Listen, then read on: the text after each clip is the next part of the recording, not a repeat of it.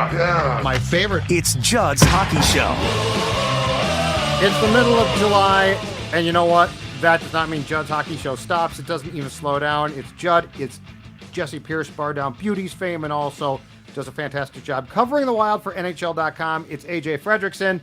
And Jessi, I feel like you are the star of this show because you have spent the last 2 days at Wild Developmental Camp doing stories on a group of young kids who are going to be very important, if not this coming season, then to the future of this franchise. Fingers crossed. And if that does not take place, there will be a lot of very difficult conversations about people's jobs. But what have you gleaned? What can you tell us? I know that you've watched the practices, and there's been plenty of availability press conference wise from a group of young players. You know, Riley Height, for instance, the kid that transferred the first round pick from Wisconsin to Michigan State, Charlie Stramel. He's gonna have a chip on his shoulder. All of that good stuff. What can you tell us from Tria Rink? Yeah, this year feels a little different because this year's group of players in development camp are so young. Sammy Walker's now aged out. You don't see a lot of the guys that have been around. Hunter Jones is no longer with the team, a goalie that has been around. There are 6 goalies in development camp, you guys, too, which I also found very odd, but it, and nobody that's necessarily going to make an impact. That's the difference, I think, about this year's development camp. A lot of these guys are going to be important pieces of the future, but with the exception of Liam Ogren, maybe Riley Height, maybe Hunter Haight, those 3 guys aside, it's the guys that you're not going to see probably for another 2 years, maybe 3, if at all, right? So that's no discredit to them. That's just kind of where the Wild are at with their prospects as it is. You had mentioned Riley Height. Let's start there.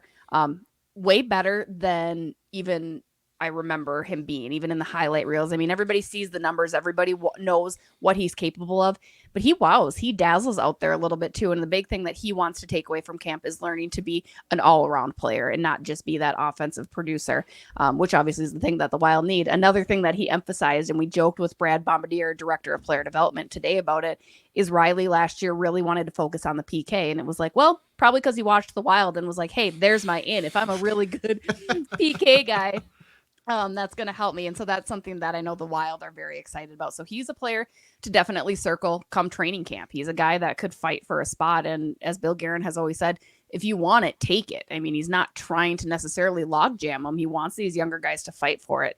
Another guy who's going to be sure to do that, Liam Ogren. He doesn't see himself as a player on the Wild roster yet. He's so happy he got those 4 games in last year because he said it proved to him that he was capable of being an NHL player. I mean, he's got the size, he's got the skill.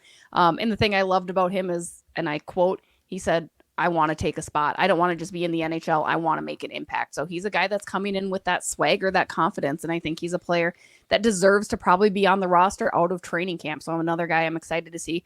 Charlie Stramel on the other side, as you'd mentioned, tough year at Wisconsin for him last year. I mean, as a hometown kid, picked in the first round, a lot of pressure and a lot of head scratches at the selection of him last year as well, right?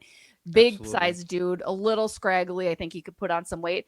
But he knows last year sucked for him, right? He knows that it was a bad year, but all he needs is one good season. And going to Michigan State, where he's familiar with Nightingale as a coach from the NTDP, and he's familiar kind of with what he does. He's excited. He said he's going in with a chip on his shoulder. He's aware of all the chatter, of all the kind of the disappointment maybe from fans. And he has that own disappointment in himself, but the organization still believes in him and they're excited to see what he can do at Michigan State. He'll be going back to Michigan State next week. He's been training here in Minnesota. Otherwise, Liam Ogren training for the past month in Minnesota. He's on that Marco Rossi plan. So I thought that was really telling as well that he recognized. Husadin here. Yeah, he skated yesterday. Him, Faber, Merrill, Sammy Walker, Matt Boldy were all on the ice yesterday after the practice, skating and getting bagged and all that stuff. So conditioning wise and whatnot, which I think is good. But those are kind of the big guys. Z Buyam, great kid. Again, he's probably 2-3 years away at least. He'll develop well with the Denver Pioneers, but he's a solid 2-way defenseman, which I think is really important. So yeah, it's been fun. It's felt really good in the AC at the rink. Tree has been extra cold, a little icy.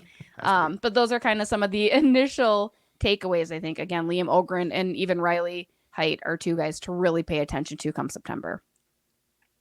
Was there anybody that you maybe spoke with or like whose game that while running drills, doing these kind of scrimmages and stuff that maybe caught your eye that you didn't have initially on your radar going into the developmental camp? Is there anybody that has kind of like wowed you in a sense? I mean, and again, I think I have to go back to Riley. I knew what he was capable of, but he wasn't a guy I was coming into camp looking at, right? I was going to watch Charlie Stramel. I was going to watch Liam Ogren, and I was going to watch Zeev because those are my story assignments. So stay tuned to NHL.com for those pieces coming out. Not because you were really all that curious. You're just like, I got to write about these guys. I got to write about these guys. And that's what we kind of joke about. Like, development camp's such a weird thing, right? Like, we kind of pay attention. We're kind of there because you know that half of these guys you're never going to see again. Like, you're never going to hear their names. God bless my dad. He was there today and he has Alzheimer's. So, and we like to make light of that once in a while, but he's watching the guys. And all I told him was it was a wild practice. And he's like, I don't know any of these names. I must not have paid much attention to the NHL last year. Nope. And I was like, no, that's fair. That's not an Alzheimer's thing. That's accurate. So don't worry. But yeah, I mean, and David Spacek too, I think is probably a guy I didn't mention, but he's another one who I think name has been kind of dotted by or starred, who's performed really well, but has done so the past couple of years too. We did talk to, and I'm going to butcher the heck out of his name. There was a goaltender that Minnesota signed. He will be probably the backup, maybe the starter in Iowa this year. Samuel Helvek. He's a Slovakia. Lavage. We spoke with him. Sammy. Let's call him Sammy. Let's call him Sammy. Love that dude. We spoke with him today, just kind of on a whim, like, hey, yeah, sure, we'll talk to one of the 6 goalies here at camp, and somebody that's pretty high on the depth chart. Confidence, man. I asked him, I said, which of these forwards at development camp, is giving you a tough time? And he's like, none of them. And I was waiting for like the haha and like a follow up of saying like, oh, Ogren or something. He's like, no. Not one, and I don't think they should. And I was like, yes, my son. Yes, I love that. He broke those Aerodyne bikes, those exercise bikes. His thighs are so big, like tree trunks. He broke that because he was so powerful. Strong dude. I mean, he's not your tall, gangly goaltender. He is a big dude. I mean, he is solid as a rock. So I'm excited to kind of see again. I'm not worried about the goaltending depth necessarily, but he was a fun little surprise to talk to just because of this swagger and confidence that he had. Like, yeah, no, none of these guys gave me a problem at development camp. Like, okay, then, but I love that. Good for him. Exactly right. So, okay, so let's talk about, like, especially in the case of Ogren or Height. If one of them makes the team, which is like not probable, but I mean, they certainly are going to have a chance. Like they should get real looks, not just courtesy looks in training camp. I would guess that if one or both make the team, that there's going to be a mandate for playing time. Like, you don't keep a kid like that and then say, hey, you're fourth line all the time and you're not going to play. So just from a number standpoint, what do you think that they would do? Because, like if Height makes the team and you say, ideally he plays top 6 or at the very least third line, but he plays, that's going to knock somebody out. So like what type of a tightrope are we walking here from a theoretical personnel lineup standpoint to keep those guys potentially and then get them playing time when you already have this list that we have touched on 1,000 times before of veterans with no trade, no move. I can call the shots. I bought a house. How dare you talk about trading me? How do you make that work if it happens? Side note, speaking of that, Alex Goligoski up the press box with Bill Guerin today, looking very official and looking very player development oriented, by the way. Just throwing that out there. Interesting. Are we getting more jobs out? It's like the Vikings. If you retire and you're like, I'd like to stick around, they're like, oh yeah, you can have an office on the 10th floor. Yeah. Are we giving more jobs out here? Like you're retiring, go home, go to Grand Rapids, enjoy. Yeah, enjoy your life. Koivu hung around. Hey, Mikko, do you want a job? No. And then ran away and disappeared, and nobody knows where he is. That's that's because if you read the tabloids from his homeland, you will know why he is he is a constant source of tabloid fodder.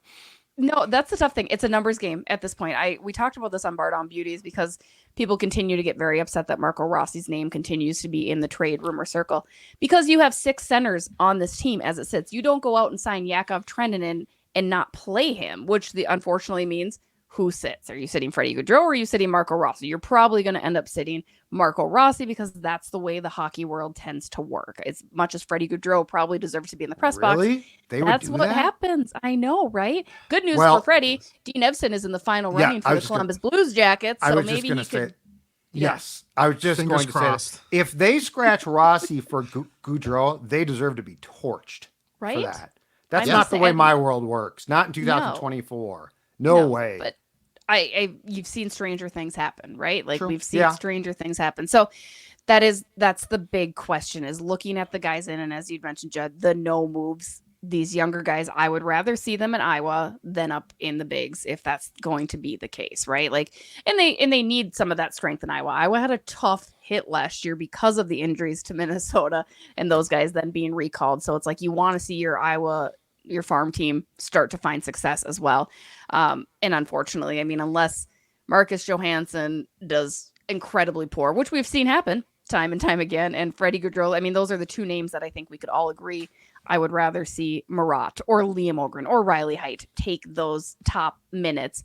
But and the thing with Riley Heidt, he could still go back and do juniors too. He hasn't, that's still a possibility for him. Whereas Liam Ogren, I believe it's kind of AHL or here at this point. So, I'm super excited for training camp this year, because this year I do feel that it's a crop of young guys that can push some of those vet guys out. Some, usually you see the Adam Beckmans aren't going to do it. Sammy Walker's not necessarily going to do that. Liam Ogren can, and I think he will. I think he deserves that. So it's like I just have a little bit higher hopes pinned on that. But again, that requires Bill Guerin then to make some magic work via trade or via, something different, because right now, based on the numbers, which parents, remember, hockey's always a numbers game. That's why your kid's probably not going to go pro, because you look at the roster, that's where it's at. It's tough to see a season where these young guys necessarily do get into the lineup, though, too. I'm really hoping Bill Guerin has to have some hard conversations, because if he like beats around the bush and keeps playing, and to your point, Jessi, we've seen Stranger Things before. With all due respect, if I want to watch Stranger Things, I'll open up the Netflix app on my TV. Okay, I don't want to see Marco Rossi in the press box. Thank you. I thought about that one for the past couple minutes. There's no reason for me to see Marco Rossi in the press box other than it's a day off. Like, they're not playing a game and he's there for just like housekeeping stuff. He needs to be on the ice. This guy finished, 6th in Calder voting. He was a first team all rookie, all NHL selection. There's no reason a guy like that, who just had the breakout season that he had, still is technically a rookie, should be getting demoted to the press box for a guy like Freddie Gaudreau. It just, in my mind, doesn't make any sense. Especially, I know Freddie Gaudreau has, 4 more years for the Wild on the books. Let's look it up at Cap Friendly. Oh, we can't. Sorry. Oh, I have Puckpedia up right now, It's and I'm now still called getting used. Capital Friendly. Capital Friendly, Sad. since the Sad Capitals day. now own it. R.I.P. Get your own system, Capitals. You're buying the people's system, you jerks. Jerks. Just the worst. No, but yeah, Age, I agree completely. And the thing about this too is, you can only continue to play some of, not all of, some of these guys for so long. So like, that's my question, is when do you transition, and what is your goal here? Because I want to, like Jessi, you're right with Heidt. Heidt might belong here, but you can send him back and he can come back eventually. You don't start his contract. Like, there's probably a case to be made. It makes sense. And if he goes back, it's not some type of terrible affront unless he really, really impresses. But with Ogren and with Hustadinov, like, you're talking about guys that just need to play. And it's weird. Like, a no trade clause doesn't mean a no scratch clause. Yeah. And if these young guys are going to develop and get valuable ice time at the risk of a veteran being offended, or like, I mean, what the Rangers did, what Drury did, about a month ago with Barclay Goudreau. Now that was harsh. Like, this guy had some no trade protection. He put him on waivers. He was claimed by the Sharks, who were on his no trade list, and Drury's like, sorry, dude. And people were pissed off. Yeah. But I mean, if I'm Goudreau or I am Johansson, I don't want that. But if I get scratched, I get scratched. Like, I just don't see a way around it. What's that? Didn't he bite somebody on the ice allegedly? Barkley? Barkley? Are you thinking of the he was dog in a that was called Barkley here? No, I'm just kidding. Yeah, I don't think I so. don't know. I thought he was in a The scrum, weird but he thing- gave a little chomp. The weird thing about Barkley Goodrow Maybe I'm is wrong. that he played for San Jose. Like, I want to say Yeah. San Jose might have even right. Like, and that's on And your they're on his like, list. you really He don't hate want to go that. back there. Yeah, Well, they that's suck. wild. They suck right now. Yeah. I'm And I excited think- for them this year, though. When you've got Macklin Celebrini and Yeah. Will Smith, like they've got some good pieces there. You got our They boy do. Granlund. We've got Cunnin still doing his thing out there. Like they got some interesting, You some really interest think going on Granlund there. and Cunnin- Well, you know what? Macklin, I'm excited about. I will say this though, dude. Keep your head up, because Bedard didn't, and he got killed. And I think Macklin might be smaller, or he looks it. I mean, Bedard is teeny. Macklin looks teeny. He is height wise shorter, but he's got bigger shoulder. Like he's Okay. built bigger and I don't want to say huskier, but like he's Yeah. He's a not- solid guy versus Bedard just still had that very kid gangliness to him. Whereas don't look at down. least Celebrini, yeah, no. you guys, you keep, you're watching the freaking puck and you're getting killed. But anyway, Tell I your just boy to think- keep his head up and won't have to worry about it. Yeah. No? Know that movie? Exactly. I'm just from wherever's not going to get me hit. Yes.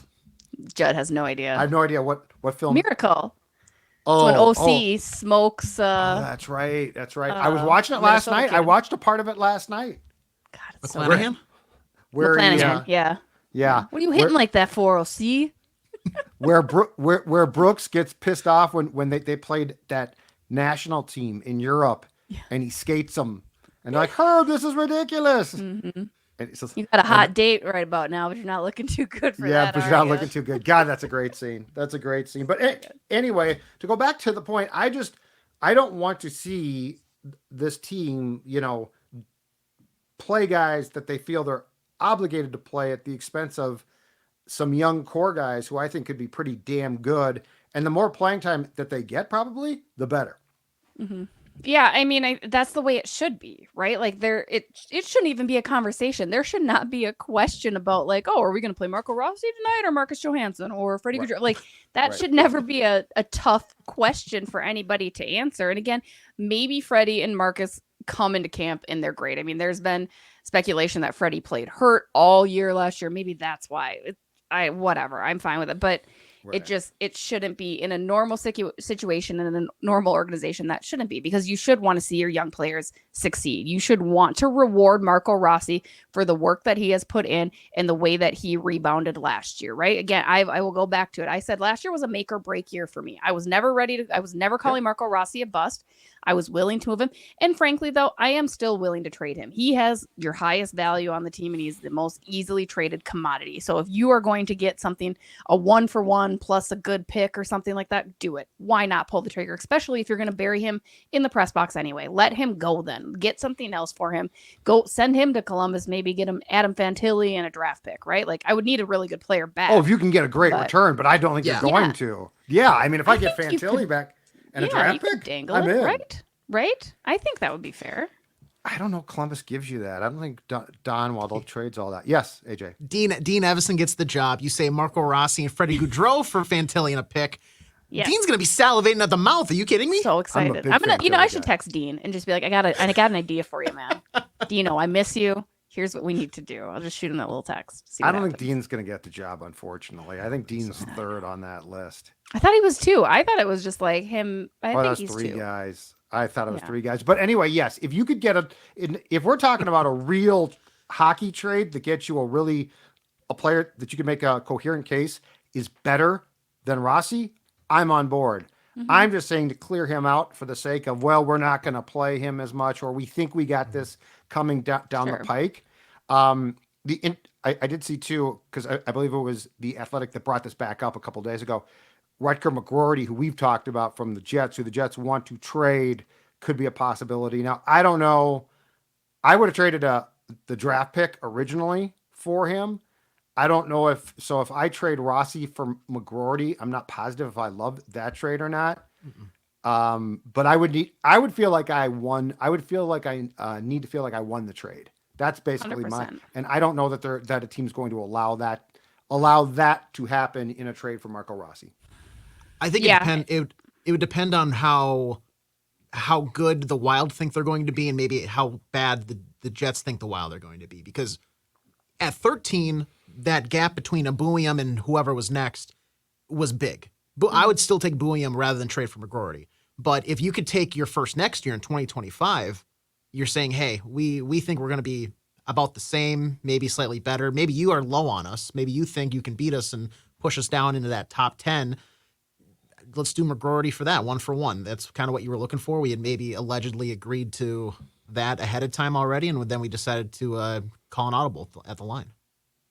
Winnipeg's making some weird moves. Like they're a head scratcher to me too. Like maybe it's because they've gotten rid of all the old people that I've always known there in Winnipeg, right? But they're active, but like still kind of under the radar active, and it's just I'm curious. I'm curious to see what happens there, especially with Bones retiring and everything. Like I'm intrigued by the Winnipeg Jets. I'm always intrigued by the Winnipeg Jets, but this year in particular.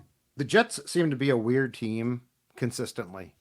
Yeah. Like you think they're not going to be good, and then they pop up. You think that they're going to be good, and they disappoint. It's a weird team.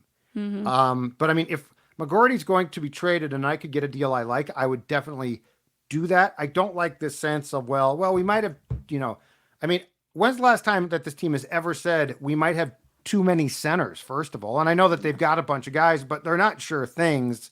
It's not like slam dunk, slam dunk, slam dunk. So I don't know. But besides that, Jess, 6 goaltenders, right? Yeah. All these guys in there. Anything else from a camp in which I don't get why you would bring in 6 goaltenders, but from this 3-day camp, which concludes on Thursday? I hypothesize and speculate that the Wild are carrying 3 goaltenders next year. I think they're going to bring Valstead up and have him here. And then that's why there's so many at development camp. Usually there's 4 goalies, right? And this year there are 6, and it's just kind of interesting. We're trying to figure out, like, we were actually, some of us media members, while waiting for between interviews, we're talking about that. Like, how does this even work when it comes to that depth chart? Like, it almost feels like they are vying to say, all right, we're going to have 3 goalies, because I'm sure Guerin's trying to figure out what to do with Gus. Can't make that work, but he's like, well, we're kind of want Wellstead up here. What do we do? So I feel like that's why they've got 6. That's the only thing that makes sense, is they're planning to have 3 in Iowa. They've got 3 up here. And then you've got your ECHL Heartlanders to worry about as well.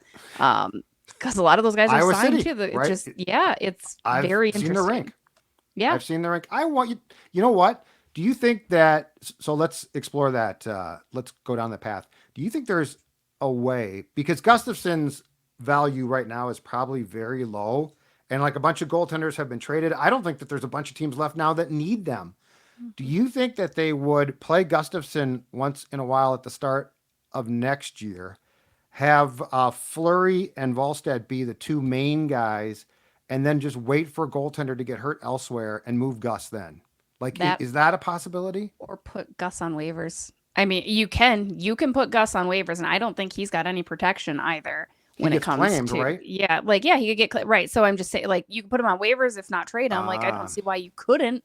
It's not the nicest of things, I'm sure, to do. We need to stop worrying about that. Right? We're giving out Like, no move, no trade. We wouldn't waive you. You know what, Drury's got this right. This is a bottom line brutal Billy and business. Drury should be besties, right? How many USA teams did they play on together? Like, he should be giving him a call, like, Chris, what am I doing here? What do we got going on? Don't want to waive that no trade? That's fine. You know what we're going to do? We're going to put you on waivers. Right. Yeah. So And I you're mean, gonna I get just claimed in like, that's Alaska. just it. You can do whatever you want with Gus. Unfortunately for him, right? Like, you really can. He's the one that you can be like, we're gonna flip you for this, or we're gonna do that. Like, you can. So I think if they're gonna carry 3 goalies, that's very indicative of, hey, yeah, we don't really want you here, Gus. We want Jesper, but we're doing you a solid by keeping you around to maybe showcase you a little bit more. Again, I think training camp will be very interesting from that perspective too, because as we've all heard and as we all know, the knock on Gus is conditioning and the way he handles himself physically. So if he comes into camp again overweight and not ready, you can bet your ass that something's going to happen before opening night in October. AJ, go ahead. It doesn't make sense to, in my mind, just parade like Gustafson out on the ice. It seems like there's a plan in place. Like, it seems like, to what you were saying, Jessi, they kind of want Wall set up, and maybe because you're playing poker in a sense where you don't want to say, yeah, we're trying to move him out, and whether it's you put him on waivers, you try to force a trade where you're getting dollars back or cents on the dollar back. I just think Wallstedt's ready is maybe not the right word, but he's poised to start getting more big time action. Like same thing we saw with Rossi, like down the A. What else can he do? It's a good time to play him too, because the expectations, I don't care what they say, are low. Yeah, exactly. Like you're not like, hey, dude, we think we can win the Stanley Cup. Now go out there, right? Like he's with Fleury. I don't think you keep Fleury here not to pair him with Wallstead. It's the perfect father-son relationship. Mm-hmm. Yeah, and that's the thing. Like if the expectations were maybe last year, they were pushing to try to get into some type of spot, and then they get him out there for that first look late in the year, and then they get pumped for like what, 8 goals against the Stars. It wasn't a great first showing. Granted, he didn't get a lot of help in front of him, but the expectations team-wise, franchise-wise, should not be we are cup contenders, we're making a big playoff run. They should be, it should be, and this is to go with the Marco Rossi getting time over a guy like Freddie Gaudreau, we're building, we're growing, we're seeing what we have in front of us so that we can make decisions moving forward. And determining for Bill Guerin and crew whether or not Jesper Wallstedt's the guy that they want to be their mainstay goaltender for when they do eventually want to push in on the chips and go all in their hand of poker. So, All right, guys. Last thing, and Jess, I saw you tweeting this out a couple of times, and I agree it's incredibly intriguing. So, about a week and a half ago, or 2 weeks ago, the Stanley Cup champion Panthers got dropped and or severed their relationship with, I think, Bally Sports Florida, and they went to a Scripps Howard over-the-air TV station. They're going to be free. Now, that's cool. That's good news. But you tweeted this out, and it's absolutely, to me, the most intriguing thing. The Dallas Stars severed their contract with Bally Sports Southwest and got in with something called Victory Plus. No, not Victory Sports, not the Twins thing. Victory Plus, which is a free direct-to-consumer streaming service in which you can watch games now for free. There will be ads, but who cares? On your smart TV, tablets, and smartphones. The Wild, I think, has at least a year left with their contract on Bally Sports North. We know that right now, Bally Sports North is not carried on Comcast, which is the biggest cable provider in the Metro. And the people I've talked to on background have said the Wild is prepared to have a way to get games on. This Dallas thing to me seems very intriguing. What are your thoughts? And have you heard, especially if the Comcast thing is not done by opening night of the Wild season, if there is a backup plan indeed to get Wild games in front of as many eyeballs as possible? As far as heard, no, I haven't really delved into it too much. That's always such a tough, because we all love our Bally's friends, right? Like the on-air hosts and stuff. I'm like, oh, Kevin Gorg and Audra, like they'll Parrish. get jobs with the teams. Yes, I want them to go out of 100%. business as soon as possible. Yes, 100%. I don't want them in business anymore. Not here. The Get Dallas out. Stars continue to be a team of the people. Go Stars. I'm sorry. That's just, I Be know. quiet. I'm so pissed about this whole thing. It's a super interesting move. You saw Vegas and Arizona do the Scripps Correct. thing last year as well, right? With the subscription base for your fans. And I think obviously, sure, that makes sense. But to do it for free for your fans, for your regional market is huge, especially in a non-traditional like Dallas. But I don't think they're hurting for fans, right? I mean, I think they seem to be in such a good position and have been for a while. You're looking at about 35 million, I believe I read, in what you're losing from TV revenue, right? Which obviously, Which is what again, the you Twins said, have. which, The yep, Twins lost a bunch. yep, you go with advertisers, you figure out your own sponsorship. Correct. But I love it. I mean, you look at like the Tom Curver Showcase, which is again a big prospects tournament that you have. They stream that for free just on their YouTube channel. I mean, there are ways, and I think it's got to scare RSNs, other regional sports networks, that teams are going to look at doing this, right? Because it's going to put all of them out of business, not just Bally's, but every single one of them. When a team finally says, you know what, we're going to take control of this, we're going to take ownership, we're going to do this. Correct. I think Craig Leopold is maybe a smidge too frugal to say, yeah, fans, here you go, watch this stuff for free. But I think even $1 a game would be awesome, right? Like if fans could pick up the Twins for $1 a game, or you could watch the Wild for $1 a game, why wouldn't you? Why, so many people would do that. And I think as streaming becomes more a thorn in the side of cable and more things go to streaming over cable, it's just going to change kind of the entire landscape of how we watch everything. It already has, right? Like I've always said, one day somebody's going to figure out how to just reinvent cable with all these streams and say, hey, you get all of these streaming things for one price, which is basically bundled like cable, but it's different because it's streaming. So yeah, I'm curious. I'm curious to see how, obviously we know how it's going to be received. The fans are going to love it, but I'm curious to see as far from a money standpoint, especially in the NHL, when money is hard to come by. You got to work 10 times harder than the NFL or even the NBA and MLB, right, to get that money and revenue in. But good for Dallas, good for their fans, and I'd love to see more teams at least explore those options, or try it out during preseason and see what happens and see how many people are biting. Because as you just mentioned, Judd, too, people are pissed off about the Bally stuff, and I don't blame them. I mean, we're fortunate that we get to watch the games pretty much regardless when they're at home. So it's a frustrating time to be a sports fan. So anything that you can do to alleviate any of the pain that we already suffer here in Minnesota, I think would be great.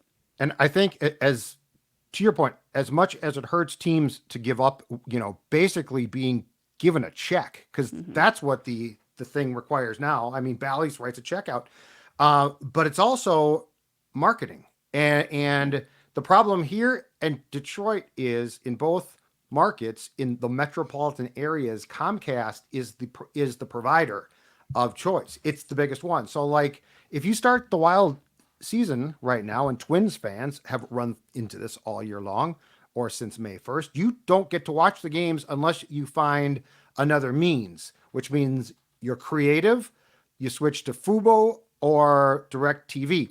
Now, what's interesting about this entire thing is there's going to be a hearing July 29th, I believe, in Houston.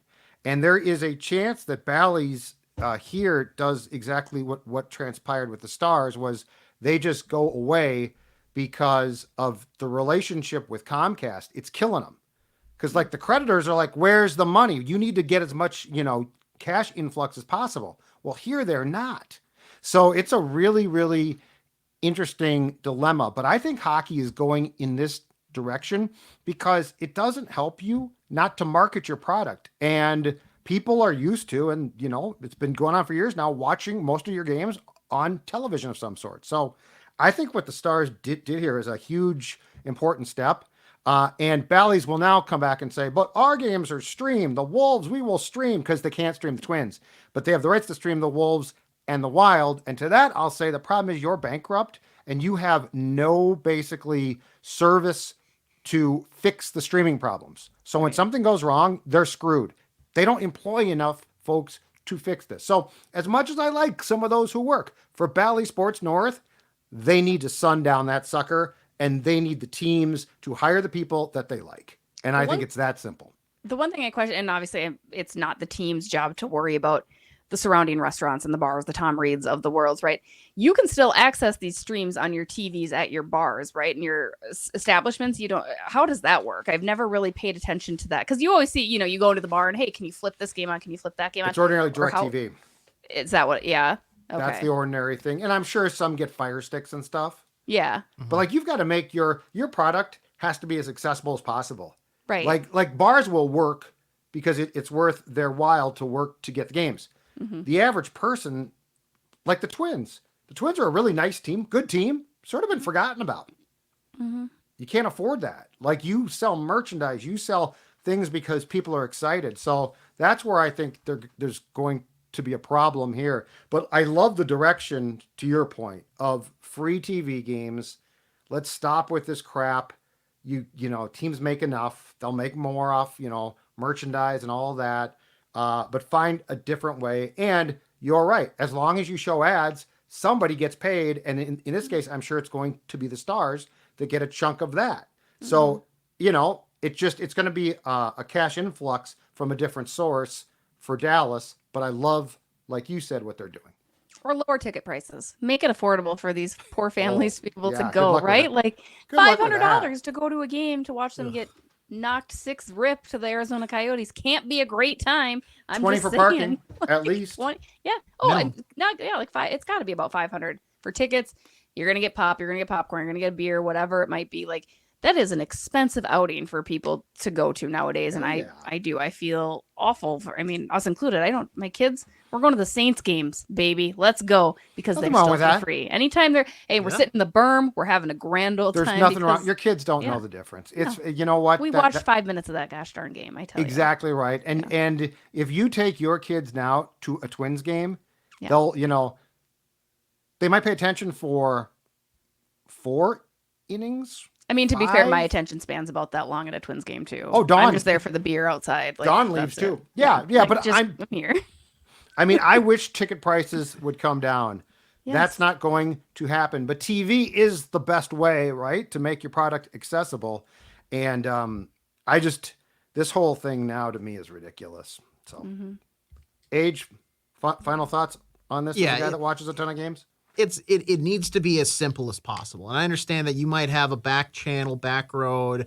I can take a left and whatever. And Little fire stick action. exactly. But no, Illegal I've streaming. grown accustomed to sit down, flip at the channel 402 or the whatever auxiliary channel it is, Yep. and turn on the game and watch the game if I'm at home. I don't want to have to learn, this sounds very old man of me, but I don't want to have to learn a brand new thing. I don't want to have to uproot Bless my you, my life son. to watch Yeah, you one shouldn't have to. team. I shouldn't have to. And I understand that maybe you have the rights to stream. I don't care. I will be leading any sort of riot, pitchfork in hand, opening night, if there is any sort of discrepancy with me being able to view them on my television. We have so much time, and maybe more information comes out with that hearing that we have later this month. But the Stars, I'm not jealous of Stars fans a lot. This is the one time where I really wish I was them, because this seems like a gift from the hockey gods to have this. I think it's a 7-year deal that they It have. was. Correct. That's incredible. We obviously we've yet to see what sort of production value and anything. I frankly don't care. I've always been an advocate for give me one pan camera. I don't need all the fancy stuff in the corners with Wow. in-house noise. I just want to watch the game. Just back and forth, left and right, with the sound of the crowd and the sticks and everything like that. I don't need anything else. I don't need the graphics. I will keep score myself. Keep it simple. Keep it free. Oh, I keep need it the low clock. cost. I need the clock now. But the I Battle like folks, a ton of those folks, as Jess can attest, are freelance employees. So they can just transition to the Twins, the Wild, and produce games there. So you're not going to have this huge downgrade. So it works just fine. And that's where a lot of the people that deserve to have jobs still will. It's just the paycheck will come from a different source, which I think is good, because right now their paycheck's coming from a bankrupt company. True. I also like ESPN's intermission countdown. I couldn't tell if they did that just during the Stanley Cup Finals or if but I thought that was nice. Okay, I've got time to go Yeah. refill my drink or whatever, right? great. All right, before It's the very game nice. starts. Yeah. It's funny too, because their studio stuff is so much worse, in my opinion, So bad. than Turner's. Turner's stuff I love. The clock is good. The one thing that I will say, and I don't know if I've run this idea past both of you, but I've tweeted about this.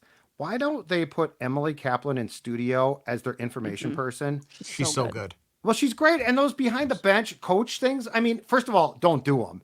And it's not her fault. They just suck. But second of all, if you're going to do those, just have somebody else.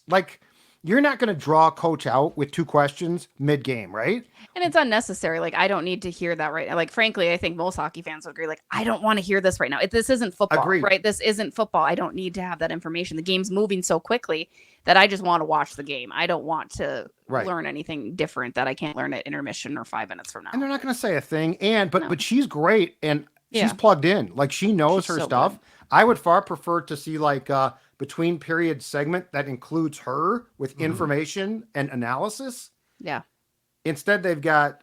I don't hate PK, and mess is mess, but they need another person who's informed, on the league right now, and she would be fantastic. The more that we get away from this talking to players, it's in their contract, so it's we got to do this. It's no, you don't. I don't need a baseball player mic'd up who's about to try to catch a ball. I don't need any of that. It doesn't help me. You're not letting me listen to the good stuff anyway. You're clipping out just the soft things, and I want to exactly. Well, how hockey. Every- The ev- uncensored versions. You're Every so time right. it's a compilation of like, oh, let's go down to Jonas Brodin mic'd up and blah, blah, blah. Yeah. It's a compilation of, woo, Here. let's You're go, here. boys. Go, Get go, there, go. get there. Go, go, go. Go, go, yeah. It's the You know, same thing I love every this. single time. I love this. Yep. Also, to your point about adding somebody, love it. Great idea. They got to get them a bigger desk first. That thing was like an A IKEA real two-person. desk. Like, It what was. was real- that? They went It to was a- Edmonton. It was a They- Humpelstoff from IKEA. It doesn't make any sense. It's so tiny. It was so this got criticized in Edmonton. I went and read this. Okay, it was a very small space because they have to make room for ESPN, Hockey Night in Canada. So they gave them a small space. So they literally went to like an Edmonton IKEA and got that desk. That Really? makes So that it wasn't because they were cheap. It's because they shoehorned their asses in this new arena into this like little small thing. I And thought of that. and game 3, poor Kaplan, she's at like the end, like at the little kids' table, Yeah. like hunkered down there. No, that's exactly right. I But think I mean- Emily could be the Liam McHugh, right? Like how Liam does TNT, kind of the main hosting. I think that's what Emily should do for ESPN. Like I would really like her yes. in that role. You know, as much That's as I true, love too. Steve Levy, or like I like Yeah. all those other guys too, I just think that's her role. Like I think she'd knock that out of the park. I actually think because she's so in tune with the entire league, she could be the ESPN's version of Elliot Friedman on Yes. Hockey Night in Canada. Yeah. Because I like that. if she hosts, you're not really gonna have that much to say as far as like she knows her stuff. Yeah. And has, she clearly talks to coaches and stuff right and left, right? Mhm. And like Friedman's great, but I mean she's likable, she's knowledgeable, like that's everything. And I see her behind the bench or whatever, and I'm like, well, this is a complete waste of her time. Mhm. But yeah, that's just a thought. Step up your studio game. And then hire me probably, right? Like then I find a way to get into Actually, you ESPN know as what? well. You'd be great behind the benches because you'd force. And now the I feel coaches- insulted. I feel insulted now. Like we were just talking about how much we hated those people. and now Exactly, here we but are. but you would very kindly piss them off. You troll them. I'd I love do that. troll 'em. I could do love- that. I would with just John Hines here. slip 'em God, in your little- penalty kill sucks. What's wrong with your penalty kill? Okay, back Dean, to you. that was one thing when Dean Evson was here. He was always like, I admire your very quick wit. Because sometimes in press conferences, I would forget that we're not on my podcast. I'm not here to respond with my Good for you. cracky little jokes. And so one time it was after Capo Kakkonen he had let in 9 against the Avs, right? Remember that detriment, just awful game? And he was going to start against the Avs at home like 2 weeks later. And I had asked Dean, I said, do you think Capo remembers that? He's like, no, who remembers that? I'm like, well, I do. And like, he was just like, oh, and I'm like, oh my God, I'm so embarrassed. I'm sorry. I didn't mean to be so snarky, but You don't I know an do. apology. I You're remember 100% right. yeah. You're How do you exactly forget right. that? It was 9 goals. Sucked so bad. No, you've got a good way of asking questions that aren't that nice. Yeah. I smile. That's the biggest So tell me, compliment. You bulldog it, but you don't come off the top rope, which is very Right. difficult. That's a very difficult thing not to do. Okay. I take that. Yeah, in fact, The Puck Princess is here for that. So that's good. I would put the Puck Princess on Bally's coverage or on if they actually covered the team. But you just have to kiss the team's ass the whole time, so yeah, I can't. it's no good. But like if they did a real show about the team, like pre and post, you'd be fantastic. But that's why we have Judd's Hockey Show. We're here. Oh, exactly right. succeeding. I'm just saying, you know what? Bigger, bigger, bigger. Nothing wrong with that. All right, you guys. Jessi Pierce, great stuff. AJ, great stuff. Sports Dad Judd here. We'll see you next week.